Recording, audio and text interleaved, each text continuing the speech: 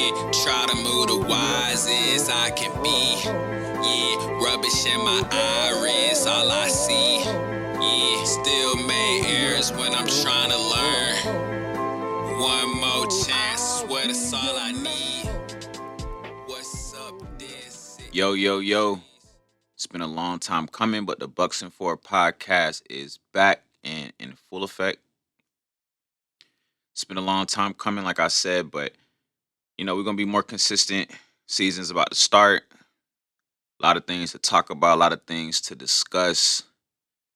A lot of things have happened and transpired this off season. Hell, the past few years, actually. I mean, it's been a while since my last episode, but yeah, man, we here. Um, it's gonna be a fun season coming up. A lot of changes to the roster, to the overall dynamic of the team, and like I said, a lot of things to discuss. So first and foremost, I do want to address something, um, and that's the elephant in the room. And that's do the Bucks need to make a trade, or are the Bucks fine as is, or at least for right now, right? Thinking of trades, thinking of moves to make. The obvious name, the most thrown around name as of right now, of course, is the infamous Kyle Kuzma. Now, there's a lot of hate going around about Kyle Kuzma, a lot of criticism, and I'm not going to be the one to tell you you're wrong because you're absolutely right. He's ass. Now, the unfortunate part about the situation is the fact that you can't really trade ass. You have to wait until replenish the value of said ass player. Now, until that happens, unfortunately, he's more than likely stuck on this roster, which is cool because I do think that, unlike in previous years, the Bucks have a lot of depth this year. And I think that's going to be our calling card, and that's going to be our X factor. It's not going to be a single person per se as far as that X factor. I think it's going to be a collective effort in terms of how we do things this year. Obviously, Damian Lillard is no longer in Milwaukee, which I'm personally pretty happy about. Excuse me. I think great player. You know what I'm saying? Great top 75 player, superstar, whatever, you know what I mean? But in terms of winning the Larry O'Brien, I don't want Damian Lillard as my point guard personally. And I'm just, kind of glad things worked out the way they worked out in a sense of just like, I mean, obviously I didn't want him to get hurt. If we could take back the injury, that'd be way better. Actually, that's probably the best scenario. He doesn't get hurt and we're able to actually trade him for assets instead of losing him for essentially nothing. Um, but we did in a sense there were two blessings in disguise, I guess you can say, in terms of, well, maybe three. I would say three blessings in disguise. Um, Really four. Shit, four blessings in disguise. Um, in regards to Damian Lillard no longer being on the team, right? First, um, we were able to get Miles Turner. Right, so we have a center to replace Brook Lopez, mobile, young, can stretch the floor, protect the rim, block shots, the whole nine, right? So cool. The second blessing,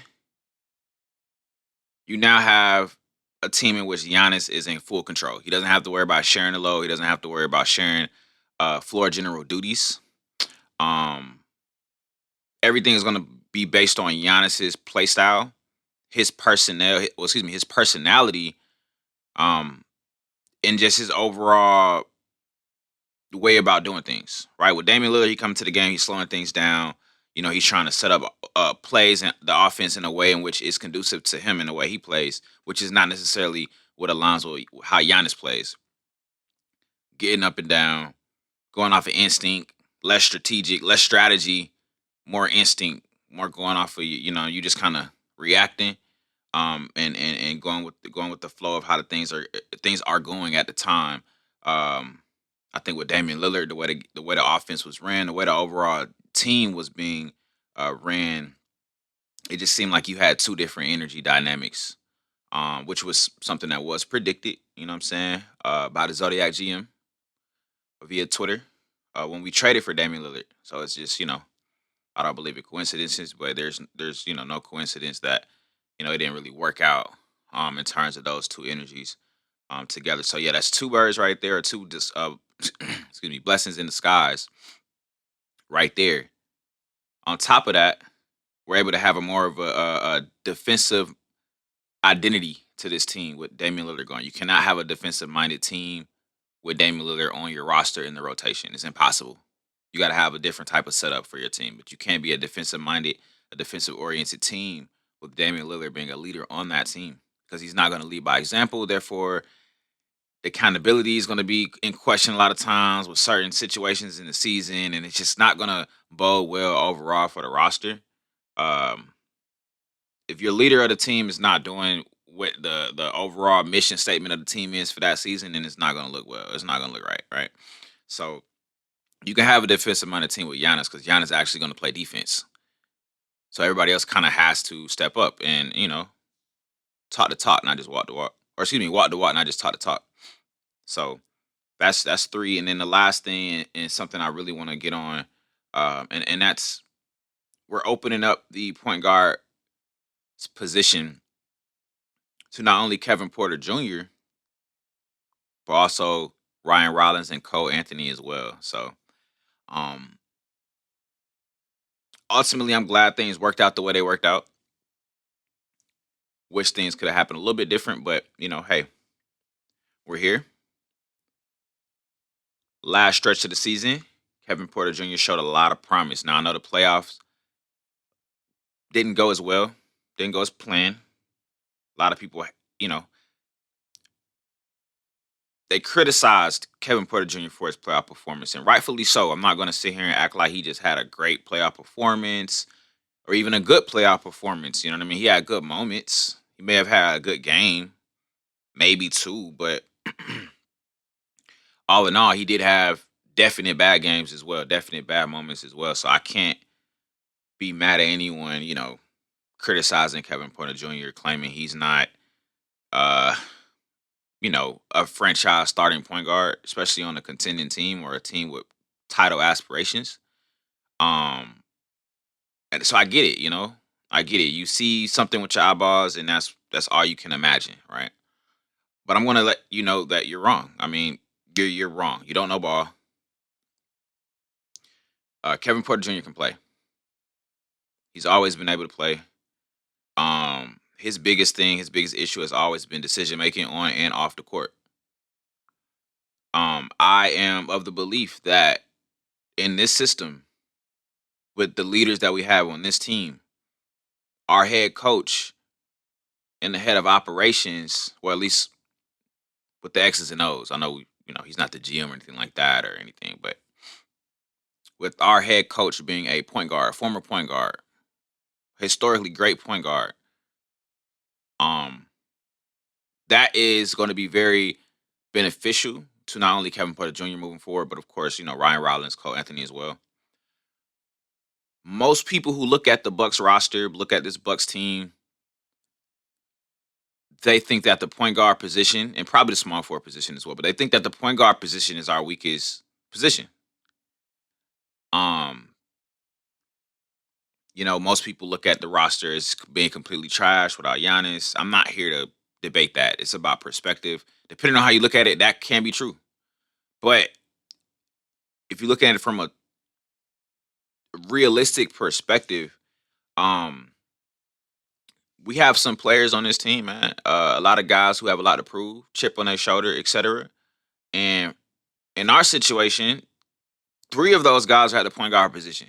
So the position that a lot of people claim is our weakest link or our weakest spot, um, is going to be one of our strengths, in my opinion. We can go three deep at that position. A lot of teams can't really say that.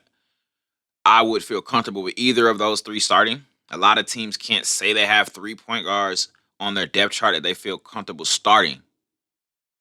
Um, and I don't think we'll miss a beat with either of them starting. Obviously, and this is what the overall consensus seems to be in terms of the Bucks fan base. But Kevin Porter Jr. is going to be the one to start. Doc Rivers has come out and said it. He's going to be the one to get the keys to start, and I think that that'll be a long term solution for the Bucks. And I think that's going to be something that's going to be the case years from now. He's only 25. I can see him being here for the rest of his career. He's the type of guy that needs a home. He needs a home to solidify continuity, to solidify chemistry, being comfortable. And I don't think he's the type of guy that needs to be in a big city with bright lights and a lot of distractions. He needs to be in a city in which he can hone in on his talent and his goals and his mission. And we all would assume that that's being the best basketball player he can be and to win.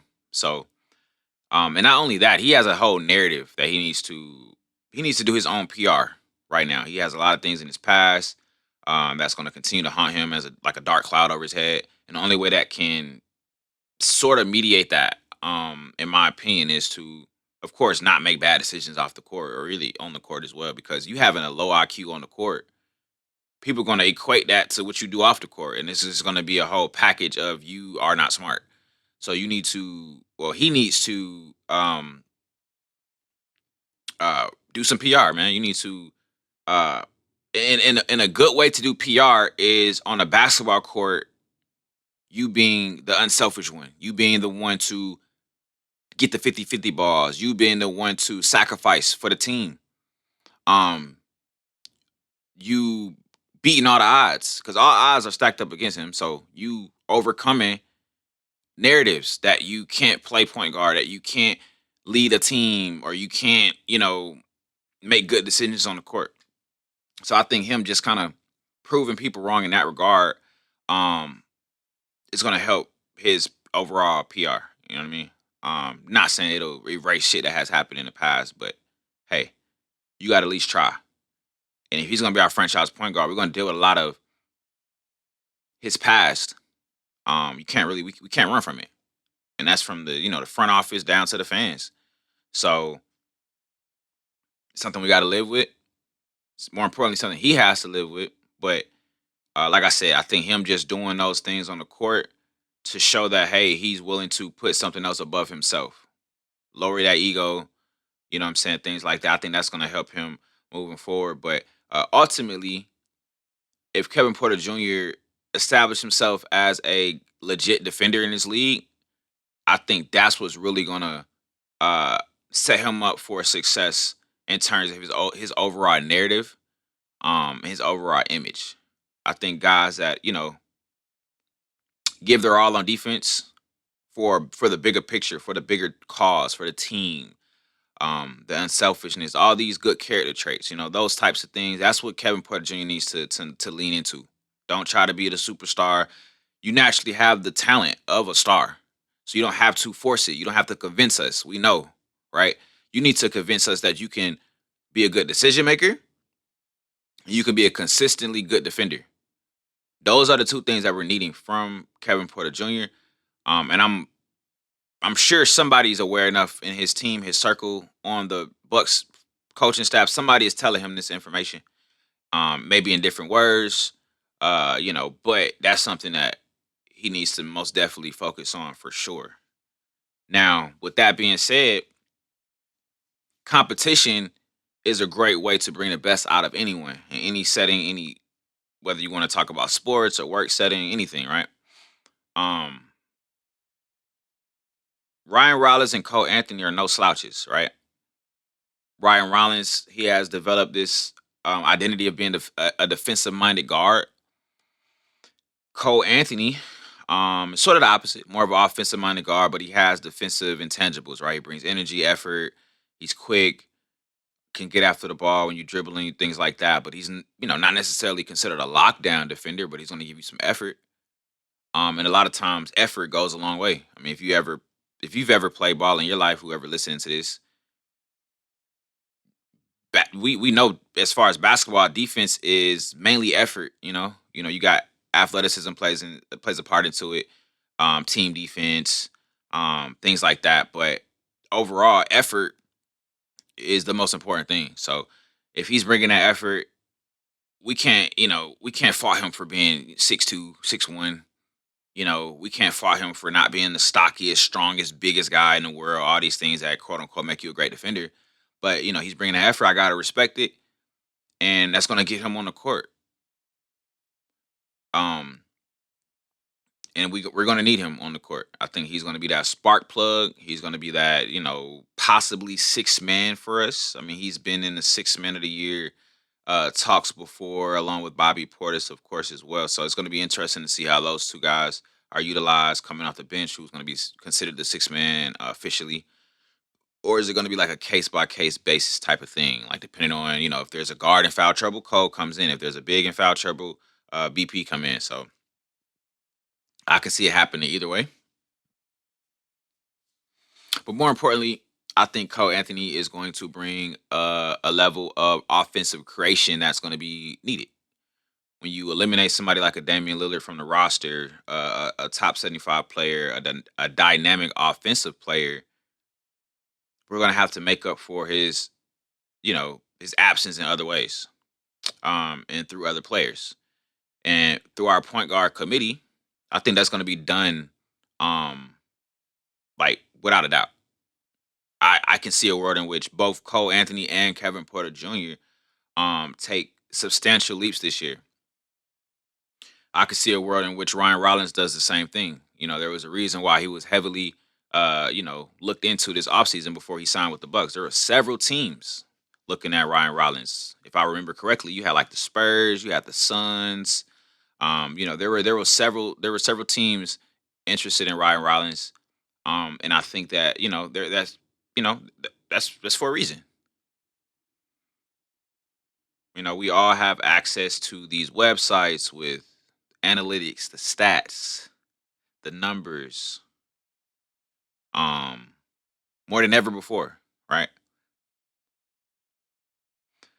For the most part, those numbers are indicating that Ryan Rollins is a great defender, or at least will be a great defender. Great is a very strong word, especially in basketball. So I'll say good defender. He's a good defender right now, right? But the numbers show he can be great. That's what I'm hoping for. That's what I'm looking for. Be that guard for us. Be that prime George Hill for us. Be that, you know, Drew Holiday, Bledsoe type of energy that we need. We need that guard that can get on the other team's best guard and wreak havoc, go over screens, get on top of screens, or get over on screens, stay with your man, pick up 94 feet, like Pat Bev, who he's familiar with. Hopefully these vets are rubbing off on these players, which I'm sure they are. But yeah, that's what we need. And truthfully speaking, we're not getting that with Damian Lillard. The offensive firepower that we're gonna get from KPJ and Cole Anthony, we're not getting that with Drew Holiday. So, and then the defense that KPJ bringing, Ryan Rollins bringing, and even Cole bringing, we're not getting that with Damian Lillard. So, I think that alone, we're gonna change some narratives. We have a lot of narratives to change in general with the Bucks, but that narrative, as far as our point guard spot, that's gonna be completely changed soon. Like, I truly believe that. Um, and to take it even further, I'm gonna be willing to predict that Kevin Porter Jr. has a chance to be an All Star this year.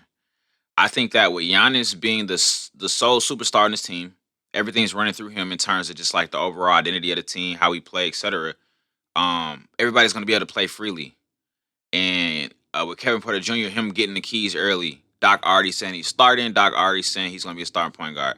You don't have to go into the season with a uncertain role, uncertain identity of how you're going to approach this team. Does this team even want me?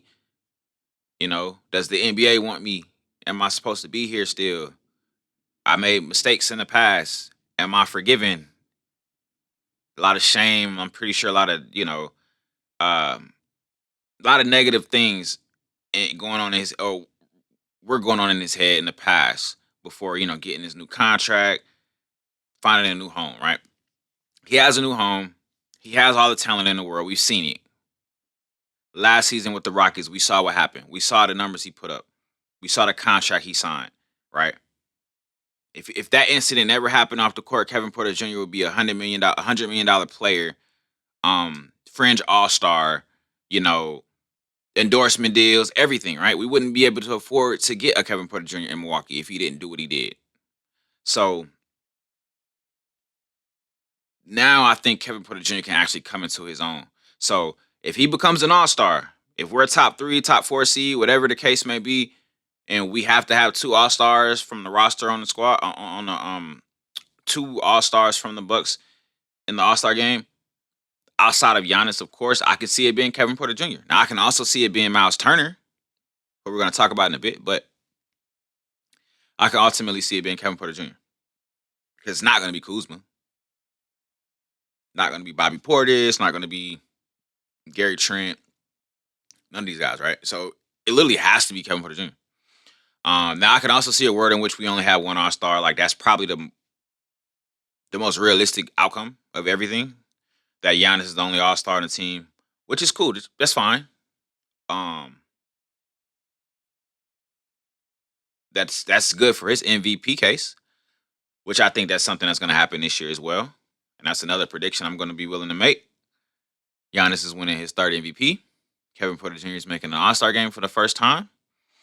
And I'll even throw out another prediction, man. I would say now I know there's a chance that, the rotations and the starting lineup things can fluctuate throughout the season, but I'm expecting Cole Anthony to come off the bench the whole season. I know there's a possibility he could start. He can play the one, he can play the two, I'm sure. Um, but I see him coming off the bench. But I'm willing to predict either Cole or BP has a chance or will win 6 Man of the Year. So I'm throwing it out there as well. I'm predicting we get out the first round this season. I'm predicting we'll have a better season than we did the past 2 seasons, maybe the past 3 seasons. This team is slept on, man. At the end of the day, this team is slept on. We got a lot to prove, a lot of people to prove wrong, and a lot of people to prove right because you do have those that actually see the vision with this team. And shout out to y'all, because and mainly Bucks fans, I'm sure people might call us homers or delusional, etc. But small market fan base, bro. We gonna ride with our team, bro. End of the day, we riding. You know what I'm saying? It's ride or die shit. So if you think that the Bucks not gonna make noise this season, you not with us. You against us, and that's fine. But that's just the line drawn in the sand. Giannis is gonna have a fantastic year. He's gonna go back to being the best player in the world. As far as the overall consensus, like Bucks fans, we know this. We know the truth. We know what's going on with Giannis. But the overall narrative, as far as who's the alpha, who's the top dog in the league, it's gonna be Giannis again soon, very soon. So I'm willing to stand on those words. I'm stamping that. Bucks and Four podcast is stamping that, man. Giannis is going to be considered the best player in the world again very soon, man. Because he's doing it on both ends of the floor. He's not just an offensive minded player.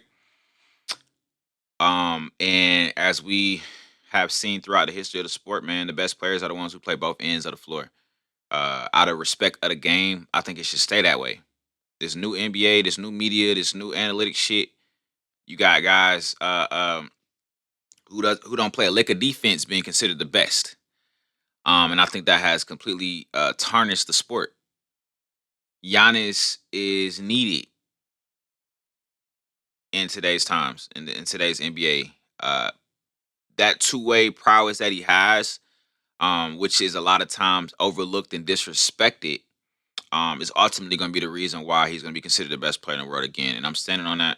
It's going to happen very soon. My biggest concern with this team moving forward is Doc Rivers.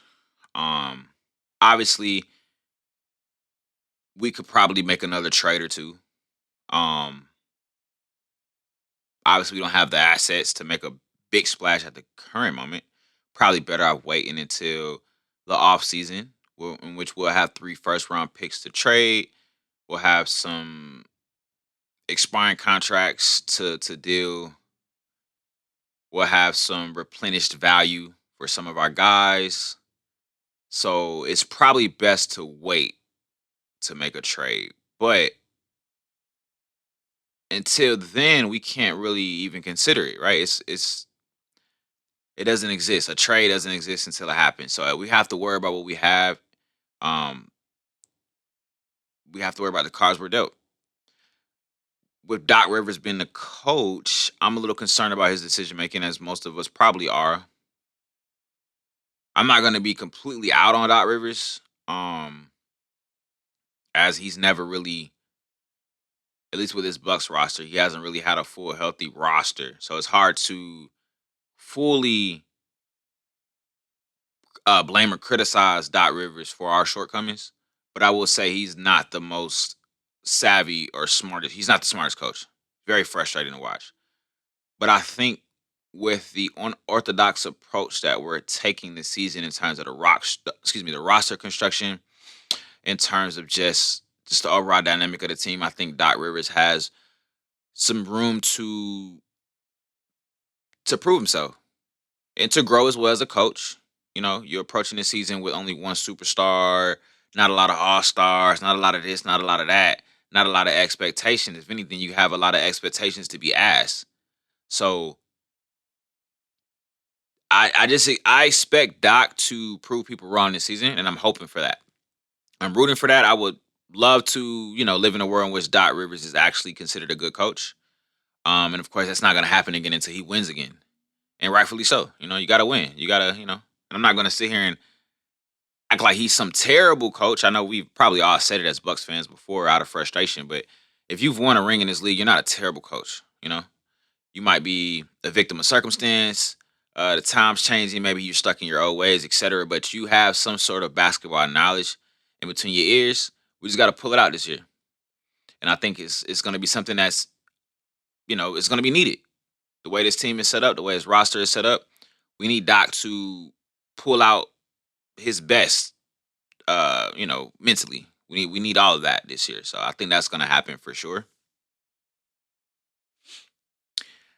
I think the bench and overall depth of this team is going to be very crucial moving forward. So,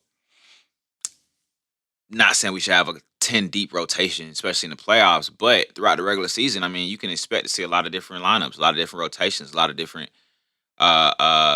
scenarios in which Doc is trying shit out. We got a lot of players that can play a lot of different positions, so I'm expecting a creative approach from Doc this season. Throw out a lineup with Cole Anthony and Kevin Porter Jr. as the backcourt. You know, throw out a lineup with AJ Green and Amir Coffey on the wings shooting. Throw out different lineups, try different things. Try a lineup in which you got, Giannis is the only big out there. You got all guards.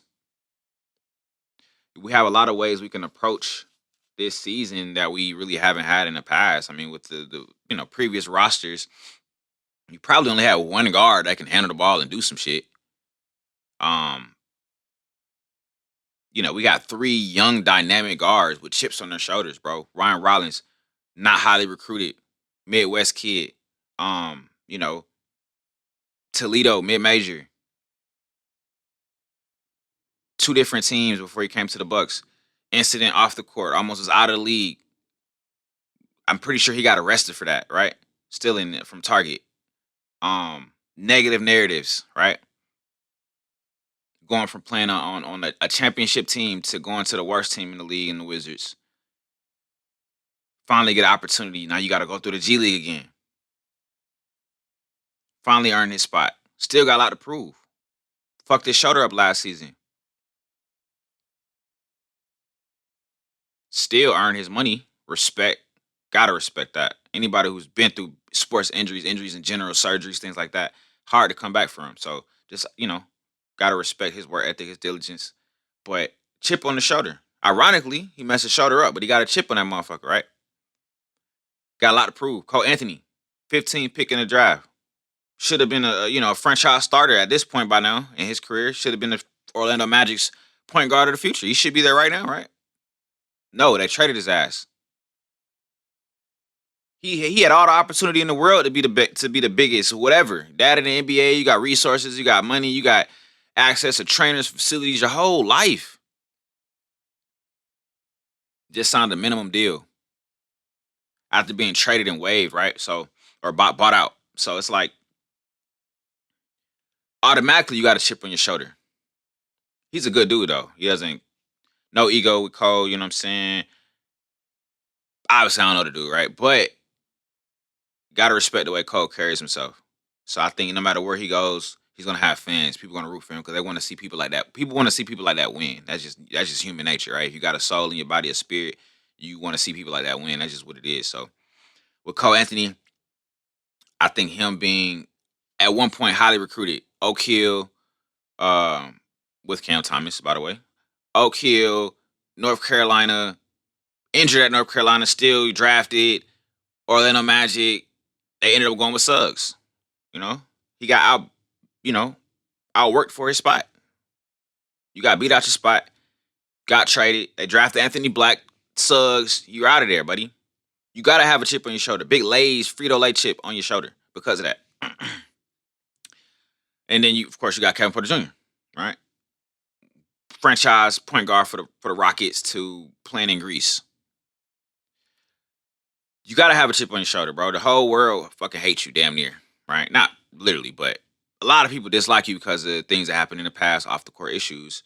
You have those who are more gracious, more forgiving, more open minded about how we approach people, and a lot of situations can be very fragile, of course, but ultimately, I think Kevin Porter Jr. has a chip on his shoulder because of that. And even if you wipe away all off the court issues, based on his upbringing, his background, based on what we know about what happened to his father in his past, things like that, like he's gonna have a chip on his. You're gonna have a chip on your shoulder, coming from where he come from, having that traumatic experience happen in his past with his father. You know what I mean? Not to even bringing that up or anything like that, but you're gonna naturally have a chip on your shoulder, bro. So off rip, you got three guys at the point guard position, chips on the shoulder. Damian Lillard didn't have a chip on his shoulder, bro. That's just how I feel. He doesn't play like he has a chip on his shoulder. He never really did. Maybe early in his career, but with his Buck stint, no chip, bro. No chip at all.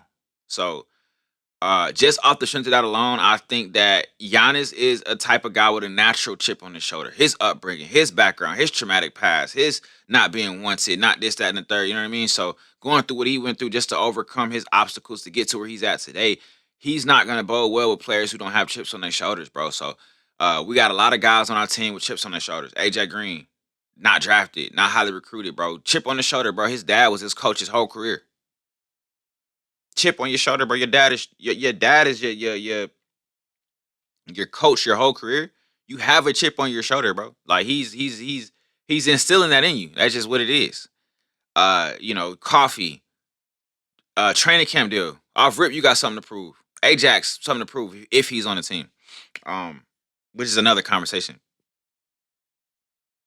Miles Turner, your team that drafted you gave up on you. They didn't want to pay you. Chip on your shoulder. Bobby Portis, he's the ultimate chip on the shoulder guy. You know what I mean? Gary Trent should have way more money in his pockets. Apparently, right? Supposedly, that's what they say. Chip on your shoulder.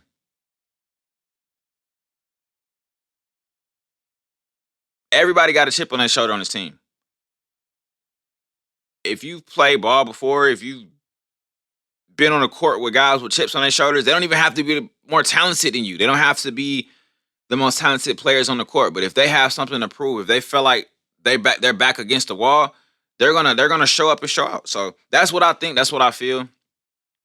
I'm looking forward to this season. I think the Bucks gonna have a great season this year. We're gonna prove a lot of people wrong. Um, but first and foremost, we got to figure out this roster. Too many players. Some people got to go. I am predicting and suggesting that we go ahead and eliminate Ajax from the roster. Tyler Smith, you can go. I fuck with you. I got your autograph. But I'm a Bucks fan first, not a Tyler Smith fan. Let's keep this shit a buck. I would love for you to grow here, just like I wanted AJ Johnson to stay here and grow. Well, I also got his autograph. Y'all was my dogs, but we got to keep it a band.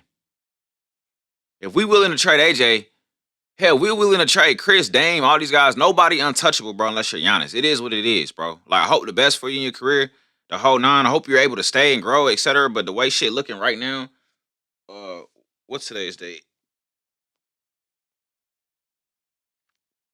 October 2nd. As of October 2nd, 2025, you can go, bro. I'm sorry. Summer League, Chris Livingston is the guy, bro. He was the young guy that we need to build around, not or build with, not around, build with. So with that being said, bro, Tyler Smith, you can go. You can get. I would hope it's via trade. I would hope we don't waste Tyler Smith as an asset by just cutting him. Same with Ajax. I hope we're able to pull off a trade before the start of the season. I don't know how or in what way, but maybe a 2-for-1 trade, a 3-for-1 trade, including Kuzma, which I doubt, but you never know, right? Horse has done more random things before in the past. Uh, Amir Coffey is making this team. I don't have any doubt about that. He's the exact profile we need, a 6'7", 6'8" type wing, can shoot. That's like his main attribute is being able to shoot. And be a decently switchable defender, right? He's not a great lockdown defender, anything like that. But you put somebody in a position to earn more money, hey, you got a chance to earn more money if you can come in and defend on the wing and actually lock up.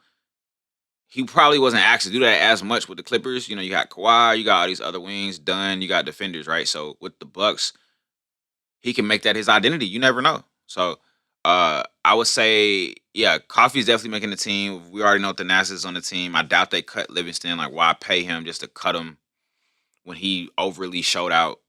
You know what I'm saying, during summer league? Like, you gotta reward that type of shit, bro. If not, what young guy's gonna want to come to the Bucks and actually feel like he can grow here? When every time somebody has shown promise, we cut him, we traded him, we gave up on him. You can't use the excuse that, oh, we're a contender. Whoop-de-whoop. Like, bro, we been bounced out the playoffs back to back to back to back to back. Fuck all that, bro. Like, you gotta start treating and doing shit the right way as an organization. And that starts with how you draft, how you develop guys, how you develop young players, etc. Not saying we just can't do it at all. Like, we're doing it now with Rollins, with AJ Green. DiVincenzo had his moments in the past. I personally feel like AJ Johnson was on his way of being a Milwaukee superstar, literally. I think we were actually developing him the right way. It's just we gave up and we made the wrong fucking decision. And I don't know what the fuck Horse was thinking by trading Middleton and AJ for Kuzma and Patrick Baldwin, just to waive Patrick Baldwin. Patrick Baldwin's probably better than Kuzma, and I'm so serious. But he definitely been the best young player on our team. So, but anyway, that's neither here nor there. I think, yeah, Coffee is definitely making the team. The NASA's on the team. Livingston's on the team. Two people got to go. I doubt they cut Gary Harris, so I guess it's possible, but I doubt. Why would you cut Gary Harris when you can't even trust to put Tyler or Ajax? Well, really, Tyler on the court. You could put Ajax on the court, but you have to. The lineup has to be structured in a certain way because he's a liability on offense. He doesn't exist on offense.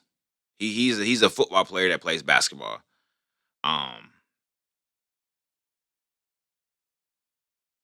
but yeah, so ultimately, yeah, I think that Horse needs to make a trade just so that we don't waste assets. But if we can't get a trade pulled off, based on the CBA, the market, things like that, it seems like trades aren't as easy anymore. So if we don't make a trade, I understand, I get it, right? But you cut them, let them go, earn something somewhere else, right? Um, and in the meantime, go with Amir Coffee, bro. I think Amir is going to be a rotational player. Uh, he can slide in at the three, he can slide in at the two, and he can shoot. That's needed. So ultimately, as far as his roster, man, I think it's a pretty strong roster. It's underrated, but it's strong. We're going to be very fast paced, a very deep team. I think that we're going to have a lot of people prove a lot of people wrong, as I've said. But more importantly, I think that we're going to win a lot. We're not going to be some low 40s team. Like, we're going to be. Now, I don't want to make a prediction as far as how many games we win. That's going to be based on injuries. There's so many things that plays into that, but We're gonna make the playoffs. We're gonna make it out the first round, and I'm gonna say we're making it out the second round as well, bro. Like I feel very strongly about this team, and I do feel like we're one piece away. And I do feel like Horse is the type of guy who knows when we're one piece away, and he's willing to make that move, right? So, for instance, traded for Drew, and that in the offseason, the year we won the championship, that that deadline we traded for PJ Tucker. That was the move that made us win the championship. If we would have just had Drew, we wasn't gonna win the championship. We saw that the years after we won the championship before we traded Drew, what we can do with just Drew as our sole defender, as our, whatever, our latest addition, right? It just can't be him. It had to be PJ Tucker as well. Um PJ Tucker was the one guarding KD. It wasn't Drew. Drew probably guarded him sometimes, but we needed PJ to win that ring. And I'm saying this to say we have a solid team right now. We have a solid team right now. It's a decent to good team. I'm giving Horse to the deadline, bro, to really make this a legit contender. I'm not saying we're not a contender when you have the best player in the world on your team, which I'm standing on. You're a contender. I've heard a comparison that will be like the '09 Cavaliers. Um, and if I'm not mistaken, they had the best record in the regular season the year LeBron decided to go to South Beach. That prior season, they had like the best record in the whole league, bro. Like, um, and they just, according to everybody else in the narratives, etc., it was just LeBron and a bunch of guys. So I think you can mirror or do an analogy as far as the current Bucks to that previous Cavaliers team. I think you got Giannis and quote unquote a bunch of guys. Of those guys, you got guys with chips on their shoulders. You got a center, a modern center who was just in the finals. Chip on the shoulder. I was just there. I tasted it, and somebody smacked it out of my mouth. As soon as I took a bite of my burger, somebody grabbed it out of my hand. So he got a chip on his shoulder, off rip. Um, yeah, man, we're gonna prove a lot of people wrong. I think Miles is gonna be a possible All Star, possible DPOY, second team All Defense at least. I'm standing on that for sure. Uh, yeah, man, I think this is gonna be a very fun season. Let me see. Do I want to touch on anything else before I end this? Let me see. I think that boy KPJ about to go crazy this year, man. And I honestly think Kuzma gonna have a solid year too. Um, Not like an all star, nothing like that, but I think he'll be a lot better than last year coming into the season with a full year with the Bucks, a full training camp with the Bucks. Same with KPJ, like all these guys, that we got in the middle of the season last year, they're gonna do a lot better. Sims, all these guys, right? But I think Kuzma's gonna have a lot better season. It's hard to have a worse season than what he just had, especially playoff wise. I don't necessarily feel like he's gonna make it to the playoffs uh, this upcoming season. I think he'll be traded by them, but we'll see. We never know. If you can trade Kuzma for somebody of value without giving up a first round pick, you got to do it because we'll still have 3 first round picks to trade this upcoming offseason or next offseason. So I'm looking for that for sure. You might have to attach somebody along with Kuzma to get his contract off. We got a shit ton of shooting guards. You just never know what can happen. So I'm looking for that. That's the move I'm really looking for this upcoming season by the deadline. Are we going to trade Kuzma along with an expendable position player, a guard specifically, along with Kuzma to get that 3-and-D wing we're looking for? Um, no, not a Jeremiah Grant. You know, no, nobody like that. Like somebody like legit, right? Somebody that can actually step into that starting three position and stay there until Giannis retires, bro. Like the Wiggins, the Herb Jones, these types of guys. That's what we need. McDaniels, say the Timberwolves, something goes wrong, they blow it up. Go after McDaniels. Go get a 3-and-D guy that can slide right in. Doesn't need the ball in his hand to be valuable. That's why the 3-and-D aspect is the most important thing when it comes down to trading for that next player that we get. they got to be able to play defense, and that has to be their calling card. Of course, they have to bring offense as well, but we don't need another offensive superstar, in my opinion. We don't really need another guy that's offensive oriented to play alongside Giannis. We don't really need that.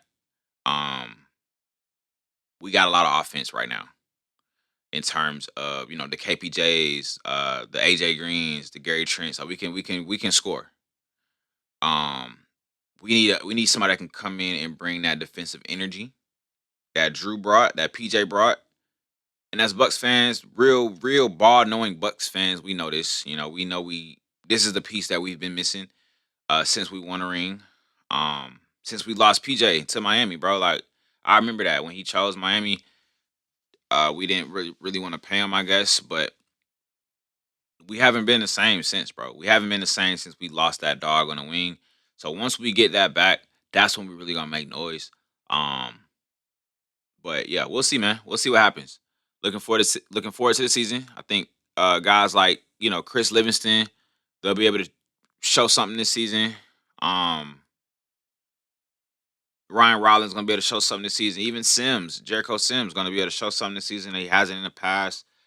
And the Knicks didn't really do a whole lot. A lot of negative criticism to how he played or his lack of ability to do certain things offensively. But I think Sims gonna have a great impact with the Bucks. He's probably gonna be our long term backup center, bro. I mean, I don't really think we need much from that position with our front court, which is the best front court in the league. Standing on that, hands down. Not Dallas, not the Lakers, not none of these teams. Uh, Clippers, Philly, none of these teams got a better front court than the Bucks. I'm standing on that. Rockets, I don't care who you are, nobody. Nobody. The Rockets especially. Everybody gonna say the Rockets got the best front court in the league. No, not going for it. Nah. Well shit, bro. They might, cause small forward is considered part of the front court. So they actually might, bro. With KD, Jabari, Sengun. I'm not a big Sengun fan, but with KD there, you kind of gotta give it to him. But as far as the East, I'll at least say that. We got the best front court in the East, for sure. So with that being said, I think that's gonna, carry us a lot this season. We just gotta we just gotta make this shit happen, bro. We gotta do it. No excuses. Chips on the shoulder, make it happen. KPJ at the 1. I'm going Trent at the 2. AJ Green at the 3. Giannis and Miles Turner. I can see a world in which Kuzma starts. I can see a world in which um, Kuzma come off the bench. We'll see what happens. But that's the starting five I'm throwing out there. I'm throwing like I said, KBJ, Trent, AJ Green, Giannis, Miles Turner. That's the starting five I'm rolling with. I know we're kind of small at the small forward spot, but hey, throw Trent at Trent's an inch taller than AJ. Throw Trent at the 3, then put AJ at the 2. However you want to do it, that's the starting five. I got Cole and BP coming off the bench as 6th and 7th men. I got TP in the rotation. I got Coffee in the rotation. I got Rollins in the rotation as well. I think that's 9 players, 8 or 9 players. Throw out Sims in spot minutes. I'm giving Livingston spot minutes. He earned it in summer league. I'm giving Livingston spot minutes. Gary Harris getting spot minutes. Yeah, man. I think oh yeah, I guess Kuzma. I forgot about Kuzma. Off the bench, he's gonna obviously play, right? But it's hard to really put him in a rotation because I would ideally not want him on the team. But it is what it is. We got him. Gotta rock with it. Should have AJ and Chris, but hey. Um I'm just set the record straight before I end this. I'll never forgive Horace for trading AJ Johnson. I will never forgive, bro. I will never in my life forgive him for trading AJ Johnson. A lot of players or a lot of people may feel like the AJ Johnson hype is overrated or he shouldn't be getting all this praise. He hasn't done much, he hasn't shown much, he's not that good, etc. Just wait on it, bro. Just wait on it, bro. I'm not even gonna defend my take on it. I'm not gonna, try to convince anyone anything, bro. I'm not that type of person. Everybody has a right to their own opinion. It's all about perspective, whatever, right? AJ Johnson's gonna be a dog. He's already a dog. He's gonna be a superstar. I'm standing on that. We should have kept him. Um, but everything happens for a reason. So we'll just leave it at that. It's gonna be a great season. Like I said, top 4 to 5 seed. And yeah, we doing damage in the playoffs. making it out the second round. Definitely making it out the first round. Um, Giannis winning MVP. Kevin Porter Jr. All-Star year. Cole or BP Six Man of the Year. Yeah, I'm standing on that. Bucks and Four podcast. We out, man.